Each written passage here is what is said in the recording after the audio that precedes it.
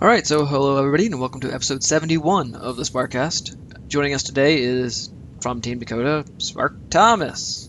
Woo! That guy. That guy. And I'm accompanied by a headset for the first time. I don't think I usually use a headset for these. No, it's very befitting of you, though, so Hmm. it's something. Yeah, this one doesn't look too bad. The one I use at home, I use like the Xbox stereo headset, and it works fine. It works good for gaming, but it doesn't look that great. It like comes out like huge, like the ears are like this big, and then it's like super square. It makes your head like a block. Well, you see, you just described yourself normally anyway. My head blockhead. Yeah, you're a blockhead. It's like an episode of Peanuts. There you go. That's pretty accurate. All right, so there's a few things going on today, or this week rather, and I guess we'll just go through the State of Spark in order, because that seems to be done logically, but for some reason. All right, so the That first works for me. thing is like the developers game jam that's going on. It's still going on. That is a thing still. I think everybody's kind of retreated into their hardcore dev creating mode, so I think it's a little bit quiet as people are hard at work with work, doing things. You get the few little like whispers here and there of people doing cool stuff, but I think people are kind of being coy about all the different things they're working on. Yep. uh, I've seen only people come in sporadically to ask questions for help and stuff like that, but um, most people exactly, just yeah. have their heads down. I know Defco isn't streaming anymore because he doesn't want to show anybody what they're working on. Um, so that project from Zevils and Defco is in the dark. Then I haven't seen anything come out of Worked Andrew. I've seen a little bit out of Lucid Stew and a little bit out of Kill and Joke. And Neon Spark on Twitter posted a few screenshots. Yeah, they did a video too, like a GIF. And oh yeah, that's right. It was animated. It was basically like a solar system of sorts. Yeah, there's a solar system and like the menu and stuff. And it looks like it's a continuation, because I think Neon Spark posted he had a world called Evolution, I think at some point, and it looks like he's kind of doing a sequel of sorts to that. Kind of. Kind of, sort of. Yeah, Kind of. exactly. So, how is your Game Jam entry turning out? The one that you're ineligible to win many prizes for. It's going okay. I can't say I'm like super deep into it yet, but it's getting there. I'm more on like trying to, so what I'm doing is I'm working on like a dungeon portion of Brian's larger project. So it'll just level link into this world. And I wanted to kind of do something totally different. And Brian was like, my game's all about kind of crazy zaniness or whatever. So you can kind of just do whatever, playing around with like, kind of camera and what have you. So I'm going to use like the same character that he has, that's the main character, but I'm going to like use an isometric camera instead. And it's going to be like I don't know. I'm basing it a lot off of kind of Boulder's Gate, as a game that I really liked that had an isometric camera.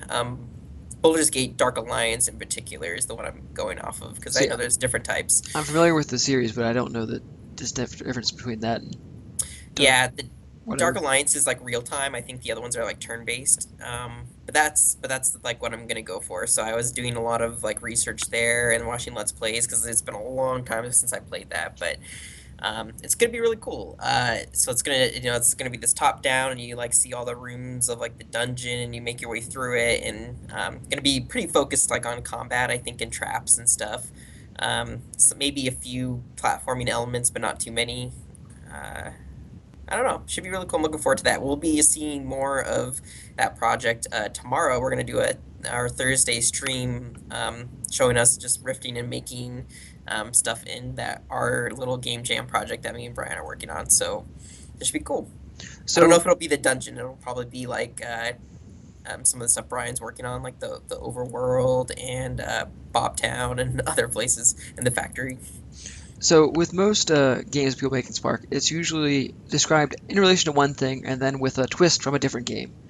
So, It's true. um, is that accurate with yours? Like yours is the game you just mentioned that I literally just forgot.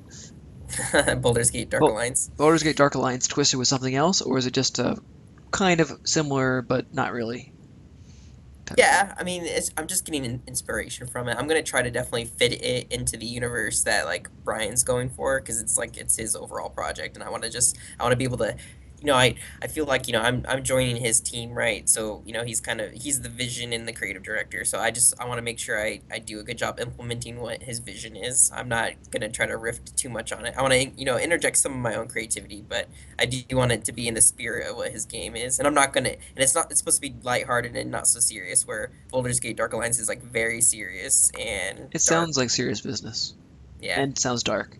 It sounds dark, and there's some alliances, and there's a gate that is owned by a boulders. Sure. And that reminds me of there was a movie called The Curse of Bigfoot, and it had neither a curse nor Bigfoot in it, nor any sort of curse related to Bigfoot. So, It's kind of fun. yeah. So you can't actually associate directly from the names. Yeah. See, I Um, always like when title is like, when you're making content, like a title, right, is like a very important part of your content. And I always really like it when it's like not directly obvious why your title is named that, but then like through the experience, it becomes revealed to the person. like The Dark Knight Rises, it isn't until the very end that he actually is in the elevator going up. I don't know about that, That's but actually that's actually the meaning of it, and that's why they kept the title screen until the very end. there you But it go. was pretty lame. It was like The Dark Knight Rises. Woo! Okay. It could have been something really interesting, but no, it's literally just him in an elevator. Like, they could have had him like going up in an elevator in the Wayne Mansion or something, and just him be like, Well, "I hate Mondays." it's more like a metaphor, right? For like, him rising up to this, Well, like, that's what you'd think, but it was just him in an elevator in the Batcave. Anyway, so going back on topic of the game jam, yeah. So there is an update. I don't know if we've covered this on a Sparkcast yet, but before we were only offering codes for Gears of War Ultimate Edition, and we updated that so you have a pick between Gears of War Ultimate Edition or Forza 6 Motorsport. So there's a little bit more variety there for people. so if You you don't either get both, but you get to choose which code you you want. have to prefer, do I want guns or do I I like want cars. cars?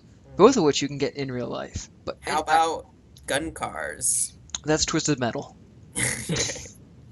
Speaking of which, that was just, had its 20th anniversary the other Ah, week, so I feel old.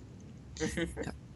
But Neon Spark asked a good question, where how do you decide between if it's going to be arcade or if it's going to be epic? Epic meaning the longer adventure. yeah. Um, So that is a tough call. I mean, so like I would say like night and day. So if you guys remember night and day from our day and night, I think it's what it goes day no, it's first, night I and think. day. Okay, whatever. I can't Day remember. and night was, I think, I get that one. I'm with you. I get that one in the stupid Tom Cruise movie mixed up with Oh him yeah. and Cameron Diaz. That's right. Um, so that game, that one I would definitely more put in the epic, because it's like level links between all these different worlds, and it's more focused on like the storytelling element. And also, I don't believe he at that time there was a implemented leaderboard or a score. Right, it was more about getting through that story. So that would definitely fall under epic. But on Um, the other hand, the what was it? The Flood Runner game, which was this unlimited. yeah, that would definitely be an arcade. Yeah. So Especially because it's like procedural and can go on forever. it depends what you're doing in the side scroller and how you have it set up. I mean, if you have a story, then I would try to edge towards that more so than the arcade, which is just kind of like, here you are, do stuff.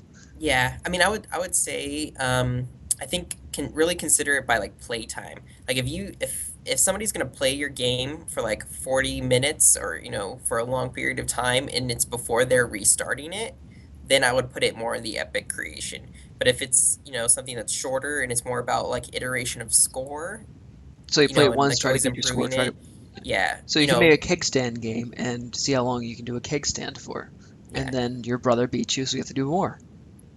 exactly, yeah, exactly. But if somebody's playing 45 minutes and then they have to restart and then yeah, do a score again, I would put that still more in epic because it's at that point you're playing a full like long game. And then there's games that like the Furious Little King that could have gone in either category. Yeah, I think that Fierce Little King would have definitely pretty much been straddles that like middle line where it could have gone either way. And it's up to the creator to decide which category they put it in based on which tag they put on it, correct? Yeah. Yeah, that is true. So You can associate it, to which one you want. Just but they will be judged for the elements that we're looking for in each category. So pick accordingly for what you plan to build it for. And if you put both tags on it, it'll be judged harshly in both categories. If you put it on both tags, the first one will be chosen. Yeah, that's the least effort given way to solve the problem, and it's up to them too. I mean, they're the ones who put the tags in the orders, so yeah, Yep. I think we wanted to take our, judgment out of it, yeah, exactly. because you're not supposed to be judgmental as a judge anyway. We just want one less thing to judge. We don't want to Yes. have to categorize it too. And it looks like we've seen a few more people pop up and say that they're working on entries as well. So haven't actually Cool. updated the list because I don't know who they're working with, but um, I have seen more people say, "Oh, I'm working on this entry," or "I'm looking for more people to help me with this entry," or "Psst, I'm kind of working on something," type of thing. Um, Yeah, there's been a lot of that. It's kind of funny. And I kind of love it though. I love when people are like really proud of what they're doing and they're kind of secret. I mean, I will say a good idea though is not to be too secret for too long because you should post it beforehand to get feedback. Like there was already I'm gonna look at here because I'm not gonna say it without being able to read it. But there was a developer's game jam game already shared on the forums and it's really cool. So it was by Kevin Hearn and it was um Maponis Osiris. Maponis Osiris, yeah. There you go.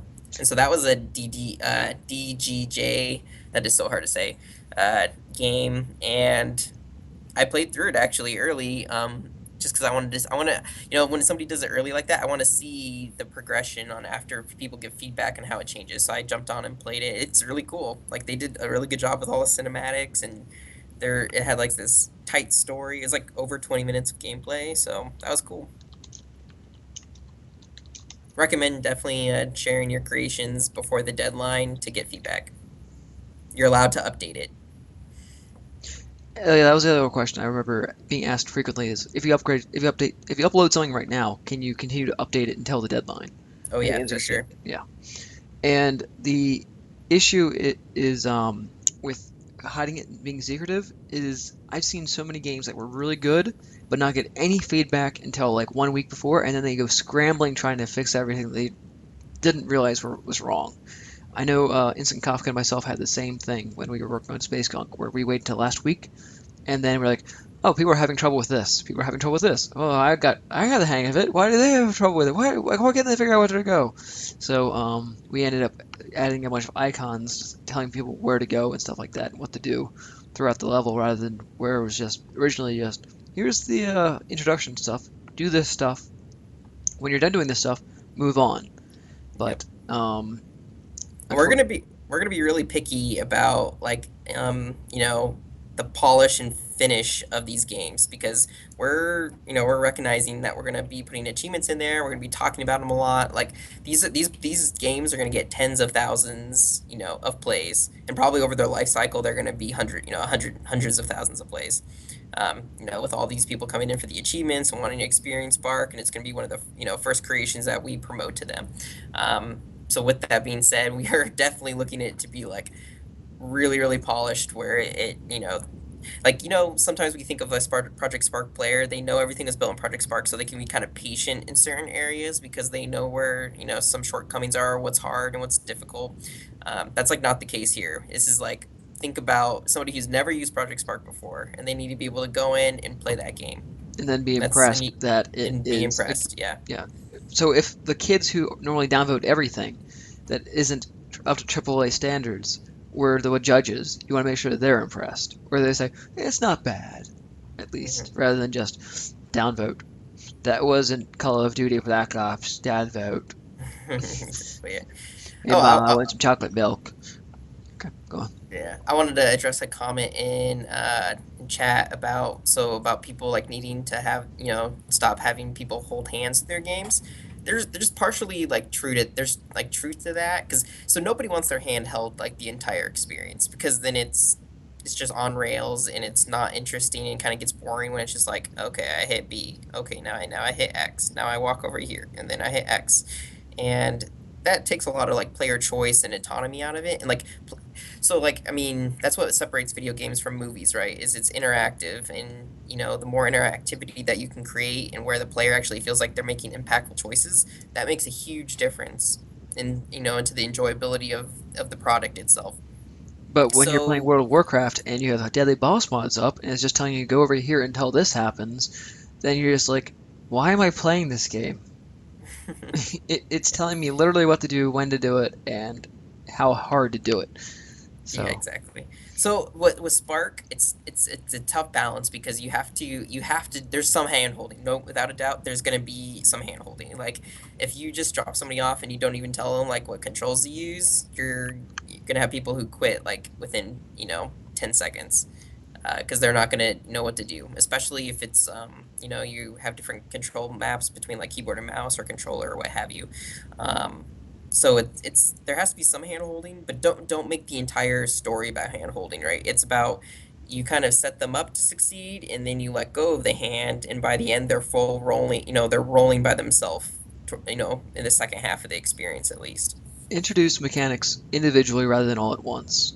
Hmm. So let the player start to use the mechanics that you have very fundamental, and then have them grow their skill set and their abilities as they go. So they're Yep. slowly learn how to use each ability individually and what's good for it and what its weaknesses are, and then grows upon that so that you have a foundation that expands rather than just being having a bunch of stuff dropped on your lawn and saying figure out how to use it. Yep. I mean that's the style, right? That's like used in Metrovania stuff or like Zelda, right? Like you slowly build up your upgrades until you have your full like arsenal at the end.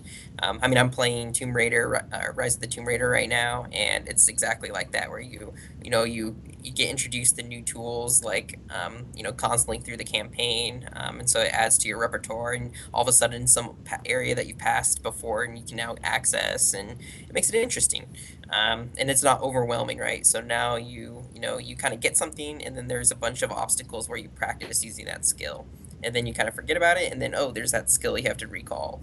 But you get to become an expert as playing as Laura Croft and what's on her tool belt, and it's really cool.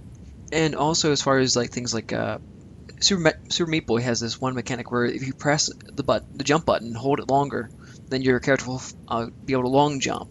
Mm, So at one point you learn that, and then you don't use it the next level. You don't have to use it except multiple times per level, but in a couple levels after the first time you use it, you remember, oh yeah, I need this mechanic. So that reinforces it, and then after that you can periodically use it without having to have it in every level, for example. hmm.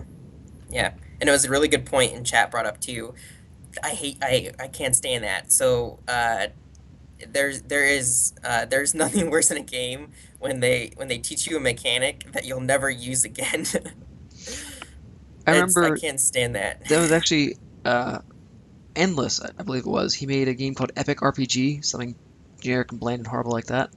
And the tutorial was actually really well done. It was like pick up this cog, put it in a wheel, and then the thing goes, right? And it creates a ladder, and you get to go up it.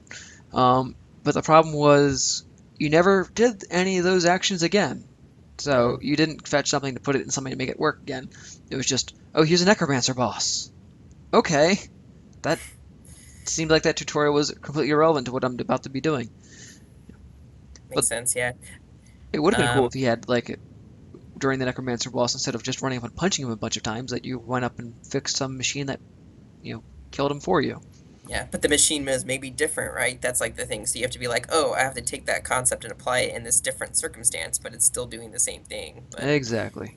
yeah, maybe it's not a ladder I'm fixing this time. Maybe it's I have to fix this machine that will put a gas into an air that kills this necromancer or something. Or you could just do what most people do and steal ideas from Amnesia and whether it be a machine for pigs or the Dark Descent or any of those janitor simulator games where you're in Hmm. a haunted place and then you have to go and fix all the stuff that's in the broken down place so you can escape. Yeah, I haven't played any of those. Oh, you'd be a good streamer for them then. I'm like, what am I doing? It's all about being confused and then running away from something that's invisible. You're like, I could do that. you all guys got a taste on the last Halloween stream, how I do in horror games. I'm like one of the perfect like jump scares will get me and make me go ah. That's pretty much all that Five Nights at Freddy's streamers need to do is just be scared, at least pretend to be scared every time there's a jump scare every 5 seconds. Right, yeah, that game's like based on jump scares and the anticipation thereof. That's really what is scary, right? It's the anticipation that gets you like prepped and ready to be scared. So back on topic of the game jam, the other thing that's important is the visuals and to some extent the audio stuff as well. Um, Oh, yeah, so I mean, I definitely want to see like people think about like good audio design too. That's something that I definitely think like, is it weighted usually like less than like visuals and like the mechanics and stuff? Typically, but good sound design and audio like really reinforces those two and makes it like all come together. Like that's something that makes it say like this was polished. The creator put a lot of thought into this. They came in with a plan and they executed, and it's just this complete package. Sound, I can't stress that's like I mean, if you go to like our Hall of Fame feed, and between like our Hall of Fame feed and stuff that we've featured, I think there's a big difference in like a few things, and one of those is like sound design, where like not everything we featured has great sound design because it's just a thing that a lot of creators don't end up getting to. um, but the stuff that we really really like celebrate all the time, and it's just like we hold up as the best examples, is stuff that has good sound design. but as far as I was going to say with the visuals, it's even the simple things like using special effects and lighting, light bulbs. Oh yeah, yeah. It really makes the levels stand out because we've seen what levels look like without light bulbs before. We've seen it with levels like look like we've seen what levels look like. There we go, I got the sentence out. Without light bulbs for 2 years now. So when someone does start to use light bulbs and uses them appropriately, uses them well, and uses lighting effects, I mean, there's a pretty big gallery for effects, and most of them don't even ever get used. So when they do get used, they stand out. So true. I mean, if you guys want a example of how impactful like visuals and lighting can be, I mean that's why we feed Lightcast by There's nothing in Defco. that but lighting. Well, that's not true. There is some really There's good some prop. really excellent prop use, Yeah, but yeah. but lighting is like the star of the show and actually in the title. hmm exactly. So that was partial reason we were like, this is perfect for the game jam that's going on right now. Let's put this up there for like people's inspiration. And I mean, in every Team Dakota level, just tons of light bulbs everywhere. I'm thinking that if people start using light bulbs very well, then what Defco's design will not be so standoutish as what everybody else does. If people hmm start using lighting appropriately, like if they've learned from him over the past couple months, then maybe he'll be less of a outlier in how good of design he can do. Yeah. Well, I mean, I have no doubt. Like, I think the community is gonna like pull through, and like, I think the entries are gonna be like really crazy good this time around. So I'm expecting. I mean, the winners for sure are gonna have like pretty awesome visuals. Like, that's how they're gonna win, because I think they're gonna be competing up against a lot of creations that have awesome visuals. Right. So I can't stress that enough, though. Like, if you want to be competitive in this game jam, definitely think about your visuals too. We actually don't know, responding to a question, we don't know what the name of the level or any of the concepts are for their entry. So, Oh, we don't for their Defco. game jam. Yeah. Yeah, we don't know, but Lightcast is the world we were talking about. And that was featured, and it was not Hall of Fame, was it? Huh? Lightcast wasn't put into the Hall of Fame, was it? No, we No. have Omniforce in there. Which is good enough, I guess. Yeah. But if you're going to edit Omniforce, just let's see what it is. Make sure you change the sky because by default he has it being the evening sky, which isn't the actual sky you use when you're in the game. Mm, When you're in that level, I think it's just stay clear. yeah, makes sense. And so speaking of day and night and all that stuff, we're getting a new visual filter. So what is that? Oh yeah, let me make sure I know which one we're talking about. Oh, if there's more, then you can tell us more. Did we say that in the last State of I think it's Spark? inversion. It's from the previous Oh video. yeah, yeah, yeah, yeah, yeah, that's right. Oh yeah, I thought we talked about that last Sparkcast, not mine, but on Brian's. Yeah, so there's a visual filter, um, like called inverse or inversion, and it like swaps out all the channels for like its inverse. So like shadows will actually be like lighter and stuff. It's pretty cool. It's different. So are there other shaders and visual filters that we should be look out for? I'm Because not gonna you, say that. yes, you Well, are. You're gonna say that right now. You're gonna tell us all the things. no, we just shared the cool. So the big drop into the ocean, if you will, of content this week was we're sharing an orc. We shared that there'll be an orca. Yeah, that was so last week. What is the new visual filters? You haven't told That us yet. was this week. That is from this Monday. Yeah, but we've already been there. We've already heard that. So tell us the new stuff. Oh, okay, uh, so have we seen the concept art for the orca? I don't know. Have you guys? I don't think so. So you guys should just show us that and the Terzard. I know I've seen it, but I don't think anybody else has. I don't think Terzard has concept art, but I'll have to look. I don't remember seeing it recently. I mean, it probably did, but I have to find it. So I know people. I know there's no need to sell people on these things, but are you still gonna like show them off on the streams before they're released? Probably. I think we'll do so, what we've talked about so far is stuff coming in title update 17. No time on that, by the way. We'll let you know when we get closer. But I'm sure we'll do a roundup kind of stream talking about like what's included, what's the new content, etc. I mean, it's really random stuff, guys. Like there's no coordination. It's like a bunch of props that had nowhere to be placed before, and we've been kind of like rounding up content that we have that hasn't been shipped and fixing the things that were wrong with them, to get them out the door. So for the next update, are you thinking like it's gonna be Decembuary? December. Yeah. It's like a 3 month window. I'm thinking, I think we originally have been talking about November. I'm thinking this will probably end up being more of a December thing. But we'll see. Like, and I do want to say, because we've been saying this with every time we talk about this update, the update makes very few changes to code and should have almost no impact on GameJam entries. The only thing is there'll be some changes to the color tinting of sci-fi props to make those more unified, using code. So that's like primary, secondary, tertiary coloring. Um, So it'll more reflect what the base coloring of the props are, I presume. it's just they those have been all over the place, and now it's like for sure, like if you are using sci-fi props, like the metal, overall color is like channel slot A for every single one, and the other one is like, the orange highlight is always gonna be, the blue or the, whatever I mean, the Color slot two, second color. Yeah, exactly. and then the Um, light will be the third color slot, I guess. yeah, or whatever. But exactly, like it's gonna be consistent, so you can actually use color tint channeling to, make that look good. Because it was like all over the place before; it didn't make sense. In It fact, was unusable. it seemed to be random, is what it seemed to be. Yeah, it was. It was just like not set up or something. But we're going back now and we're fixing that. So if your creation relies heavily on code tinting, using color changes in code on sci-fi props, then you'll have a problem. So watch out. Uh, t- Project wants to know if the inverse color influences this. It won't. It's just an additional feature. It's not going to affect any filters that currently are there.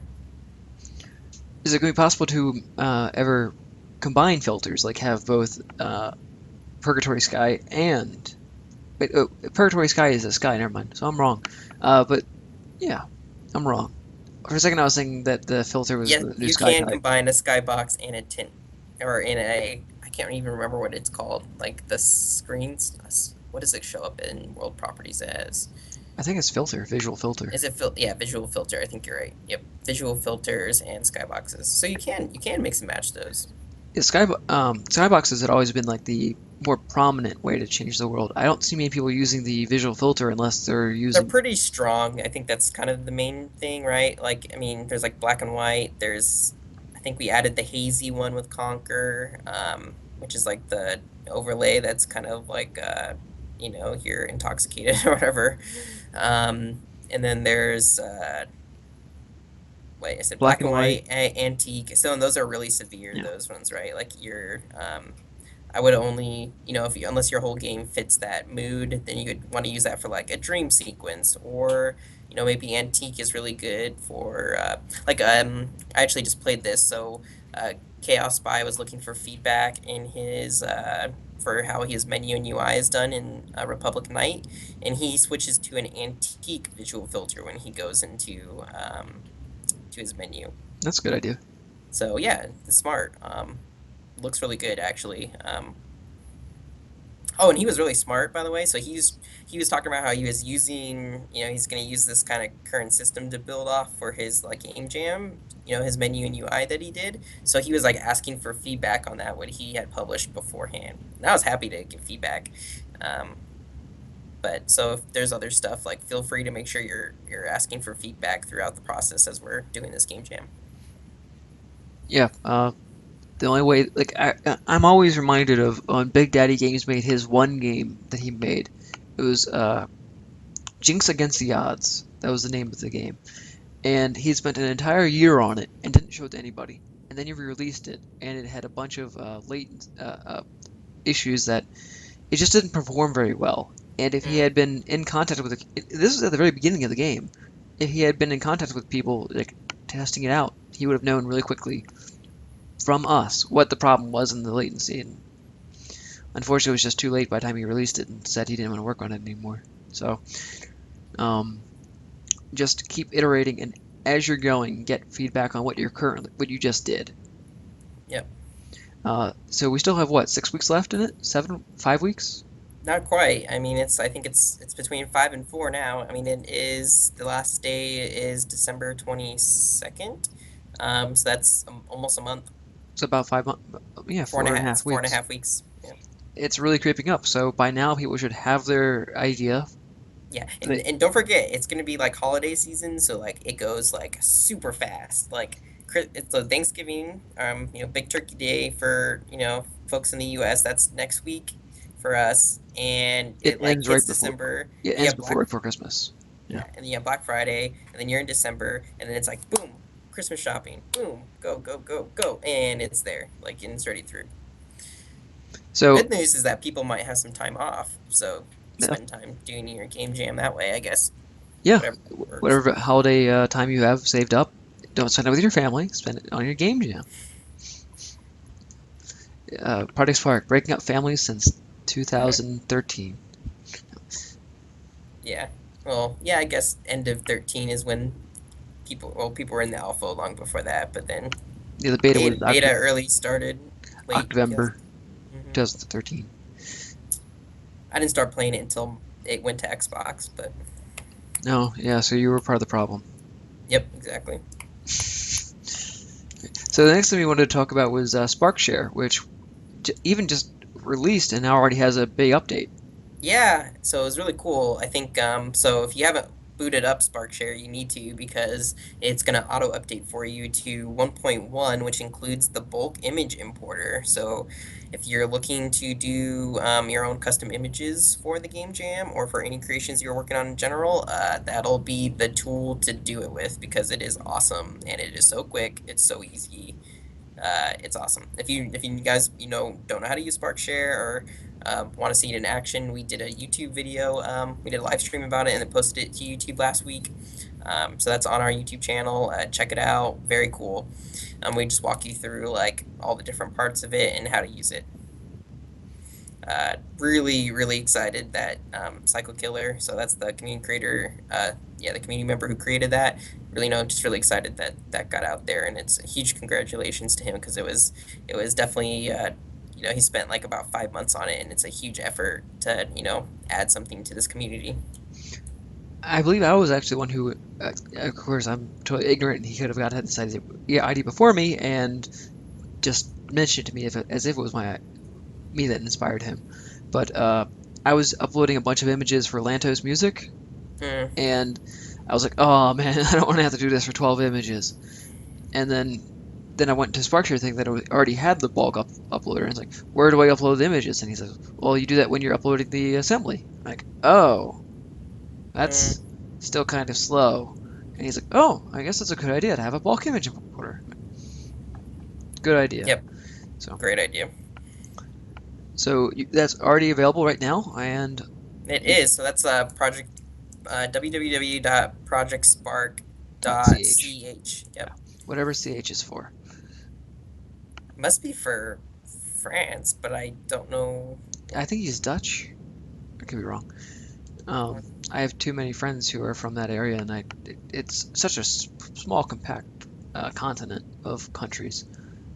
It's not like it's U.S., Mexico, and United States for Well, it's North just like America. the way I think about it is it's kind of like states versus like it's kind of like countries over there are kind of similar to like states a little bit. Kind of, sort of, yeah.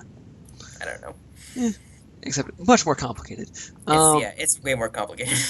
well, unless you consider their football teams. So it's kind of like if it's college football towns that are in the states of Europe, where they have rivalries amongst each other, and they make no sense. Next, we wanted to talk about the title update, and we covered that a little bit already. We did, yeah. So what else will we be seeing aside from the Terzard and the Orca? So we already talked about the visual filter. There's definitely going to be some more off the wall props that you're going to see. Um, Main thing too is getting back localization. It's not at the when we TU17 goes out, it won't be like 100% fully localized, but we're going to be hoping to get some languages with the help of the community to get the full localization in there, and then the rest will be like the partial localizations that we had before for ones that we haven't had community help with. But some of the community translations are. Going through, it just there's a lot of string tables, so it takes some time to work on that. But um, looking forward to when we get more of those in. It's gonna be good. So how would a user who doesn't want their Spark to be localized into their regional language, how would they change it to be English? Yep, good question. So we're looking at that as an option. We want to. So there's kind of two things. Well, so ideally, right, in a perfect world, we'd be able to get an option in there where you could just choose your language directly in game. That might be hard for us to pull off at this point. Um, if not, we'd probably do an option where it's like choose to either localize or not localize. So if you localize, it'll turn on your regional language, and if you choose not to, it'll default everything to English. Um, so those are kind of the two, but we definitely want one of those two to be in game. We're still working on that though, so I'm really hoping that those do make TU17, but we'll see. And there has been a few questions like, if we are getting new content now, will we ever see a horse? Will we ever see glass? Will we ever see a music editor? Um, I mean, I can tell you guys honestly that a horse is probably not in the cards. Yeah, we've already uh, had Brian on talking about how it was almost a impossibility for it to ever been added to Spark, even if you guys were yeah, continuing to work on new even if content. we had a full team, even the horse was like a really tough option, and that's just the way that the engine handles like the different props and the mount. Like so, like this thing. If you added a horse, everybody wants to mount a horse, And if you right? can't mount the horse through code or through even just having the character's animations on the horse actually be reasonable, then why not just attach the stupid human to a horse anyway, right? Yeah, I mean, and it's like, and the thing is, like, we always wanted to do stuff to high quality, and if we were ever gonna do a horse, um, and have the mount, like, it's a whole, you have to think about every single character that we have, and then they have to get pretty much mounted animations for that. And if those are gonna be tight, you might actually have to do a separate, like, model that has, like, the mount with the character with the horse, and it's pretty crazy, complex. And it was just something that even when we had our full content team, that wasn't a likely scenario. Like we would have much rather have spent time working on other stuff that you guys have been asking for. What about glass? Is there any way to make the primitives transparent? Um, I don't want to say that's totally off the cards. It's not something that has that was worked on before. So like what we're looking at right now for content is all stuff that was like started and not completely finished. Nothing it's like nothing that we're looking at right now is stuff that's getting started from scratch.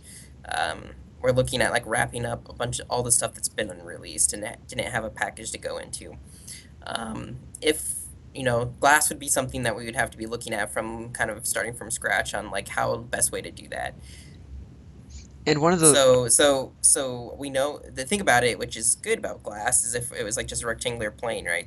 That's easy to model. That's not a complicated, crazy thing that needs animations and stuff. But to get the transparency right and stuff like that, like it's a different problem.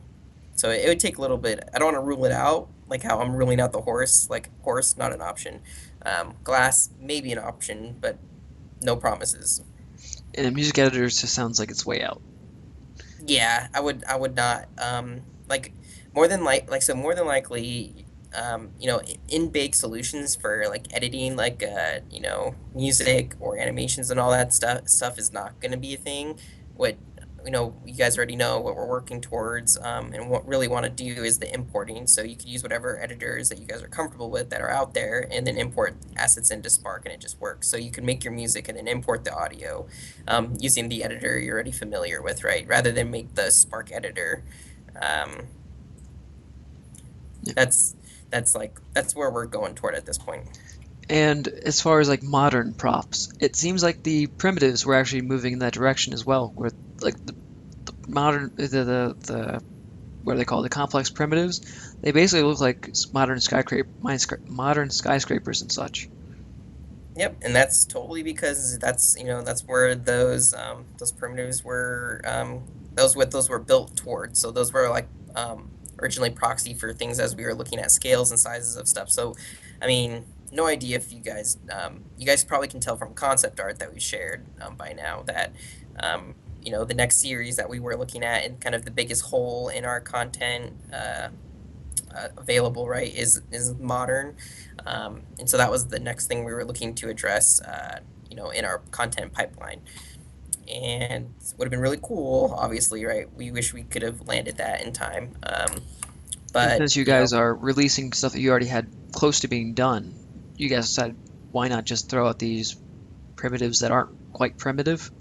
yeah, I mean, we wanted to get so we these things were already made, and it took relatively less work to get those put those out as a complex primitives pack, to allow people more versatility in primitives and make kind of primitive cities and stuff. Um, Obviously, like they're no substitute for like fully textured modern theme props, but they're good to have, and I'm happy we got those in game. And And as far like so, and I've been mentioning, like, we've been talking about unfinished content. Like we were definitely for modern, we were like in the concept phase thereof. So, that's the thing. What we had in game of modern was uh very much proxies and primitive kind of things. Nothing like that got in game or is really modeled yet. So that's those things aren't in our availability of assets to really get out the door ever. We would need back a full content team to do that.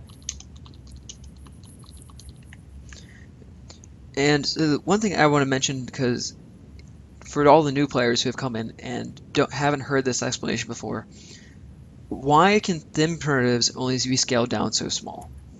Oh yeah. So it's just a thing with our physics engine where basically um, any one side of a prop can't be any smaller than, I think it's like 10 centimeters, or I don't know what the Whatever the 10 exact. unit was. Yeah, it's some unit. Anyway, so because they're so thin, it gets really small, but only on that one side of it. So it's still really big on top, but the edge of it is really thin. And it can't go any smaller than that edge because it breaks with the physics engine, and it can't be like collidable or pretty much useful anymore at that point. So that's why there's a minimum size. It's the minimum size. It's like on all of our props. What that size, like if you take a primitive cube and just shrink it all the way down to its lowest, like every single edge of that is the smallest size that it could possibly go before it like breaks. Sounds reasonable. Yep. So the way it works is anything that's more square shaped as a prop can shrink pretty much smaller as the edges start getting closer and closer in So a uniformity cube are the would be same. able to Yeah, shrink to the small. a cube ideally can shrink to the smallest. Um, the anytime that you have a more extreme edge that's smaller than the rest, it's the less likely, the less chance that primitive is going to shrink. All right. Is there anything else we want to cover from TU17? I think that covers it. Oh, sci-fi Definitely. props. More sci-fi Oh, props. yeah, there are sci-fi props that I think we shared that in the very first TU17 update. Right. But we haven't actually seen those props yet, have we? So Nope, we have concept not art or shared anything? any. There's no concept art for those. They're very much like first contact, or they're just additional like paneling, so they're just good to have. They're not any like, whoa, this is so amazing. I think the orca is kind of cool, but they're good to have for sure for like detailing on your sci-fi structures and stuff like that. They're very much architecture pieces, is what I think of them, or for your robots and mechs and stuff. And so is there anything else we can cover from that? If not, then I'm going to go on to the final topic, I think. I actually wrote down these topics. Um, yep. Education. So how is the adhering to the education space going for Project Spark? Good, good. Um, I mean, so I feel like I've said this on Sparkcast before, and I Yeah, but probably this is an have. update. No. This is an update. Um, so I mean, education is a beast. Like it's just like you know, like education is just there's a lot of moving parts to figure out how to become a platform that's good for education. And like realize that Spark was, they always thought it had educational purposes in there and thought would be good for it. It was never designed to be in like a full education app, right? Like it was made to have these microtransactions and do the DLC packs and that kind of structure and really appeal to people who are, looking for that casual create experience or, or more professional like create experience, I guess, but not like as much used to see like in the classroom. We obviously moved away or moving toward that now. We want to be used in the classroom. We're totally free. Our goal, our strategy with that is like Team Dakota is only some people, and like in order to get into education, you need like tons of help and a lot of resources. And it's a really good thing that we're part of Microsoft because Microsoft has a huge arm of education and a lot of different moving parts and branches within Microsoft. And so we're working through that. We're working with partners. We actually just participated in like an education symposium a week or two ago. Meeting with people who are at Microsoft actually in the different departments, and seeing that hey, there's this thing called Project Spark out there that would be awesome to get into classrooms. And what do you guys need from us to make that easier? And then on top of that, we're looking at things like curriculum and just deployment strategies and stuff like that.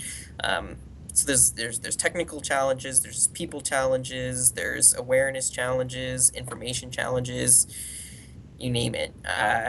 But hopefully we can conquer all those. I mean, it's slow moving too. Like, things have to be relatively proven and implemented a lot for to be widely adopted in education. There's some people who are early adopters and teachers, and we've already seen that, right? Like there are places that already use Spark in after school programs and in some classrooms and even like university courses, right? Uh, and University that's of real. Alberta, right? Yeah, exactly. University of Alberta, Queensland University in Australia. I'm sure there's more too, but uh, with that, you can't expect everybody to be like when you're an early adopter like that. You're like willing to work kind of against like everything being kind of handed to you because like right, you're willing to like push that because you're like really excited about this program and you want to like be kind of a test bed for it, right?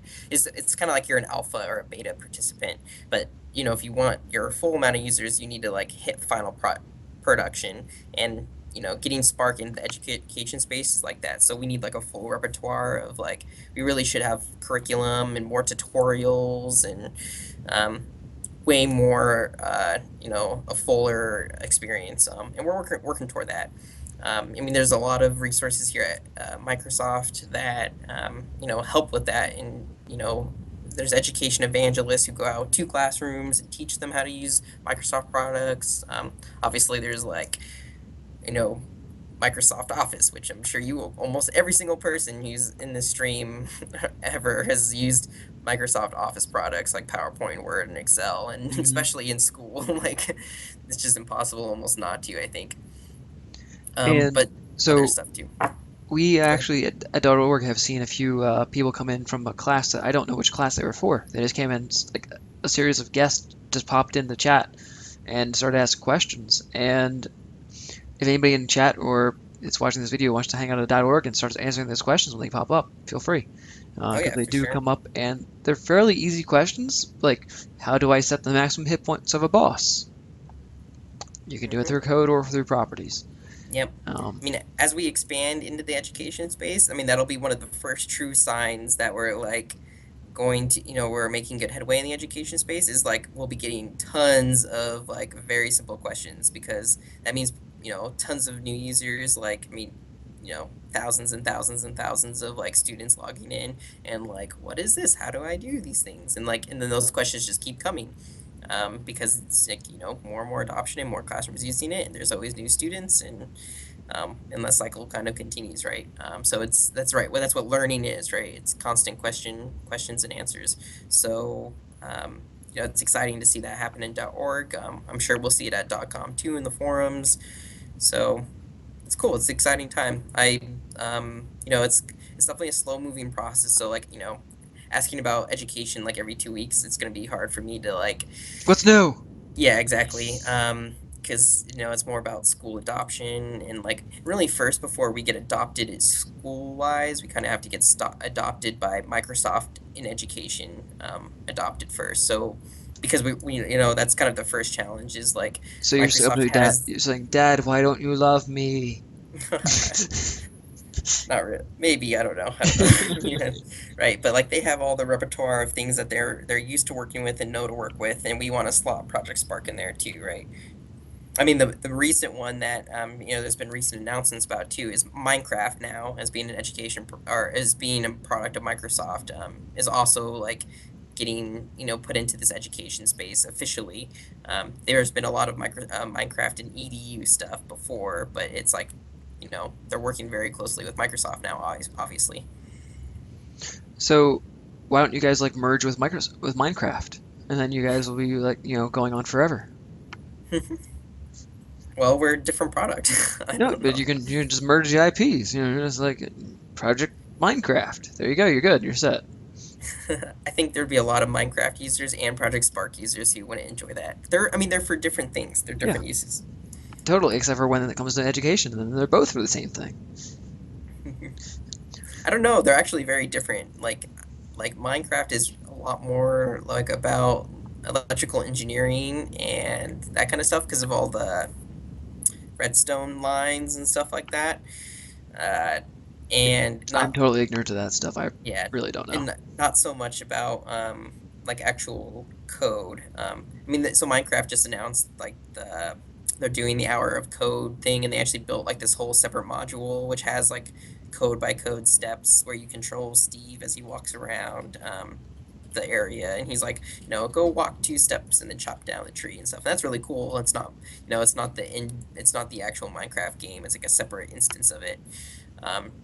For hour of code, but actual Minecraft, like there's a lot of the like create mode, like you build structures and it's like artistic and you can kind of plan out. It's like what Minecraft does really well is like spatial learning because you're like in this like playground of 3D environment that you basically have unlimited amount of blocks and things you can build, and all these like mechanical stuff. What Minecraft does really well is it gets 8-year-olds to get their parents to buy those stupid pixelated swords for them. At every conference I've been to, Merchandising. at every single conference I've been to, has been moms running around. Where do I get the damn sword? I mean, kids are really good at getting their parents to buy them things that's whatever popular in the moment, right? Like when I was younger, it was all about like Pokemon and Yu-Gi-Oh. So that was I was, buying like card packs all the time to get all the trading cards. So I was even older school than that. I had a monster in my pockets, and they had no purpose. There was no game centered around them. They were just little small plastic figurines that you Yeah, stuck on a mountain. that's cool. Okay, and so eventually I got the Hydra. That was the rare one, number two, and then I bit all his heads off, and then I was didn't have it anymore. So How that's old were you to bite off the head of your toy? it had to be less than 10 because I was at my old house, so probably like 8 years old or something. Jeez, that's violent. Yeah. Oh, it was asking for it because it looked dumb. That's Anyway, funny. Oh yeah, there you go. Somebody else is the monster in my pockets thing. so we actually had the complete collection of Masters of the Universe He-Man stuff, and then my dad gave it to my uncle to give to his kids, and then he just threw them away. So look, if I put that on eBay, it probably win a few $100, something like that. And then if they had been unopened, then they would have each been $1,000 each or something like that. But anyway, Wow. See, I gotta hold on. I still have a bunch of my Pokemon Yu-Gi-Oh stuff, and I have to wait like what 30 years from when it was popular, when everybody like comes back and are nostalgic for it, and then they well, have money to spend on it. not 30 years after, but wait until they are 30. Mm. Wait until they start having the full-time jobs that are actually Oh, paying so well. geez, so I only have to wait then like 10 years, or yeah, 10 10 more to years, yeah. 15 years, yeah. Or, if even today there's some cards for like Magic the Gathering that are like $15,000 or something like that, right? Oh yeah, yeah. So,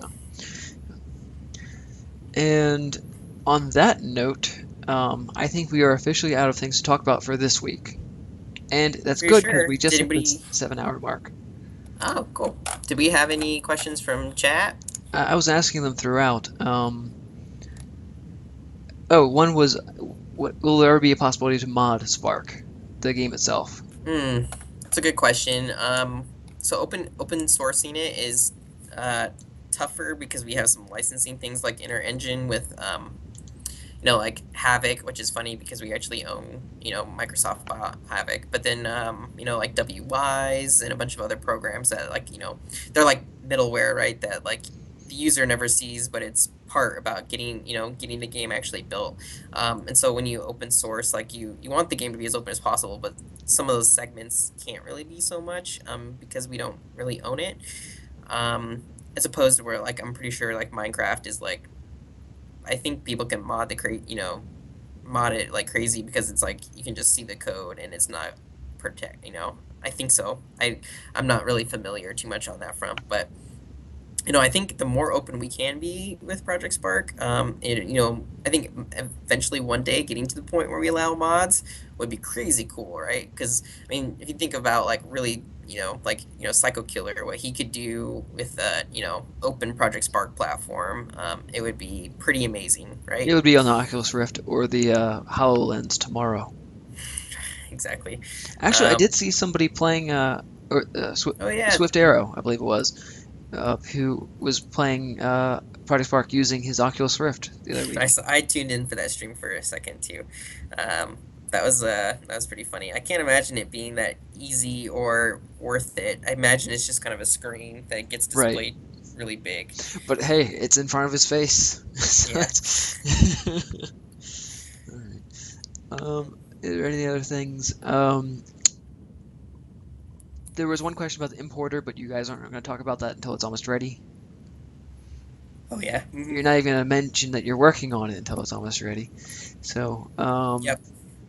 so when it's almost ready, you'll start talking about the You'll be importer. hearing about it when we can You'll talk about hear it. about something when we're ready for something to be ready. All right. Sorry guys.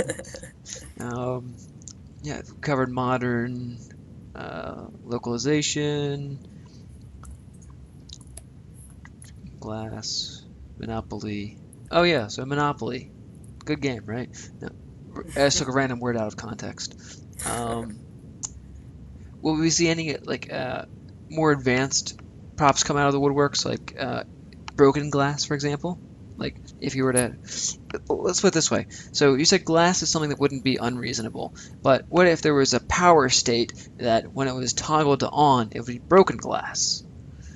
So it shatter and then it come back and shatter and come back. Single prop, is that what you're talking about? Yeah, was that more Uh, out of the line of realism when you start adding That more would that would complexity be to it? that would be even further away from happening, yeah, than I think like normal plane of glass, which is unfortunate, but So basically, it's when how it suggesting goes. items to you, do the KISS model, keep it simple, stupid. Just keep it simple. You guys aren't stupid at No, all. you are. That's the thing. Oh, that's true. I Yeah, I keep it can be simple for sometimes. stupid. It's a little a word in parentheses in there. Gotcha. All Yeah. right, and so we are 5 minutes over, and at this point, I'm going to pretend to turn off the stream and then get you to reveal the next content pack that's coming out. And then we'll be I almost got you that time. And then we'll sign off. Sound good? Sure, let's do it. All right. All right, I'm clicking the button to sign off for tonight. Good effort, everybody. All right, click. All right, I clicked. So, Thomas, what is the next content pack that is coming out? It's I the mean, Lizard how Man is Park pack. yeah? I'm sorry. Let me throw in a question that's unrelated to this to make it think that we're offline. So, how is your wife and cats? Are they still okay? Yes, thanks for asking because our power went out last night and was out all night until I we don't woke up care this about morning. that. Tell me about the next content pack. It's the power plant pack that has Oh. electricity and generators for powering my house. All right, good night, everybody. See you guys.